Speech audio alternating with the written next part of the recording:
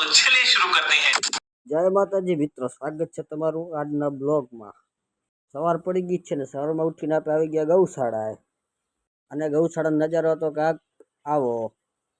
સવારના પોરમાં ગાય માતાના દર્શન કરવા મિત્રો ગૌશાળા અંદરથી આપણે આવી ગયા બારે અને બારે તો કિંગ સાહેબ આવતા હતા। જો બાકી લાગે હા ને કિંગ સાહેબ આવતા ધીરે ધીરે હાલતા હતા। હવે જવાનું છે આપણે ઘરે। તો ગૌશાળાથી નીકળી જવા લાગ્યા ઘરે ને ઘરે જવાનું છે આપણે વાડીએ આપણી ગાય માટે ચરો લેવા।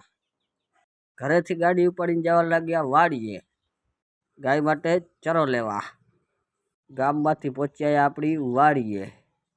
પહેલાં આપણે જવાનું છે નેપિયર લેવા। જતા હતા વાડીએ ને રસ્તામાં આવી ગઈ ભેંસ, પણ આ ભેંસું તો ડગવાનું નામ જ નથી લેતી।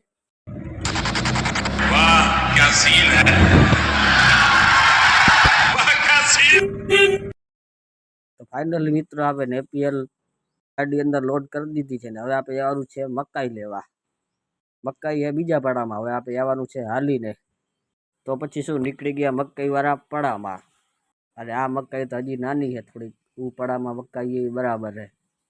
તો આપણે પડામાંથી મકાઈ લેવા જઈશું। તો મિત્રો આપણે આવી ગયા હતા એ લોકેશન ઉપર જ્યાંથી લેવાની હતી મકાઈ। આપણે પહોંચી આવ્યા અને ગાડી પણ પહોંચી આવી અને મકાઈ વાઢવાનું કામ ચાલુ પણ થઈ ગયું। થોડી જ વારમાં 2 મણ મકાઈ વાઢી રાખી। હવે મકાઈને કરવાની છે ગાડીમાં લોડ।